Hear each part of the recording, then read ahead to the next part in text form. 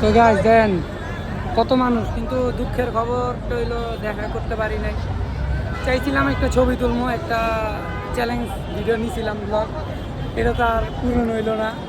তার জিজ্ঞাসা করতাম যে আমাদের নারায়ণ যে আইসা তার কাছে কেরম লাগছে, মানে খুবই খারাপ লাগতেছে। আর বিজির গাড়ি দেখতে পাচ্ছেন, এই যে ভাই যেই ধরেন দিছে একেবারে মানে পরেন ভুইরা গেছে, বুঝছেন, পেট ভুইরা গেছে।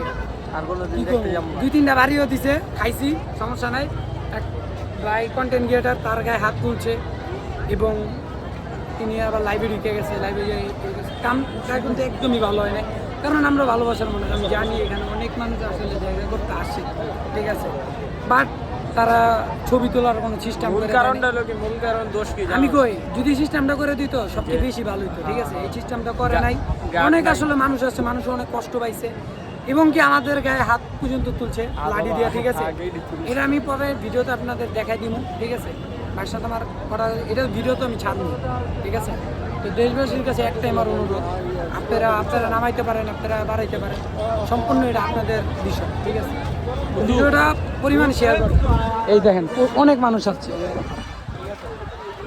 দুঃখের কথা হলো দেখে বসতে পারি নাই, খারাপ লাগতেছে, অনেক খারাপ লাগতেছে।